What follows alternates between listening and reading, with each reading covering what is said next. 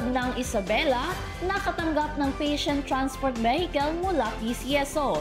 Alamin natin mula kay Sara Anggi. Isa sa mga benepisyaryo ang pamahalaang lungsod ng Isabela na kinatawan ni Punong Lungsod City Jaliet Rabinataman na personal na tumanggap ng sasakyan mula sa Pangulo at kay PCSO General Manager Melikia Desrobles. Sa kanyang talumpati, pinigyang diin ni Pangulong Marcos Jr. ang layunin ng administrasyon na mapalawak ang akses sa serbisyong medikal, lalo na sa mga liblib na lugar.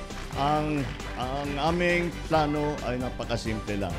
Unang-una, of the 1,452 LGUs in the country, cities and municipalities in the country,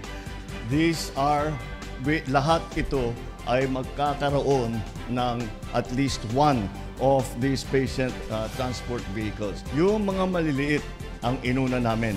Yung mga inumpisa natin 4th, 5th, 6th class na municipality. Then slowly we'll work our way back. Ang dapat na iniisip ng gobyerno ay paano pag-aangin ang buhay ng bawat isang Pilipino. And that's what we are trying to do. Tulungan nyo kami. We will do this. Basta magsama-sama tayo, magtulungan tayo. There is a lot that we can do. We have achieved a great deal.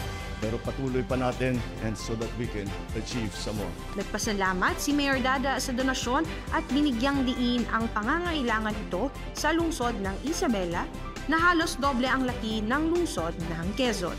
Ayon sa kanya, makatutulong ang BTV upang mapabilis ang tugon sa mga emergency, lalo sa mga malalayong barangay.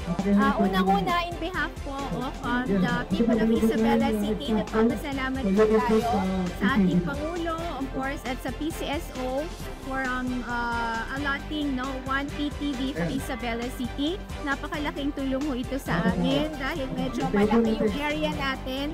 At nag-open din po tayo ng mga health facilities sa isang island natin sa Malamawi. So talagang timely itong pagbigay mo nila sa atin. Also, malaking tulong ito kasi priority natin at nagawa natin i-empower at i-organize ang ating mga barangay-based respondents. So in terms of manpower, meron na po tayong nakahanda na tatanggap nito, kaya napakahalaga ho na meron itong vehicle. Ang lungsod ay isa sa 106 na benepisyaryo sa rehiyon ng Zamboanga Peninsula. Sara Anging, Balitang Happy Isabela.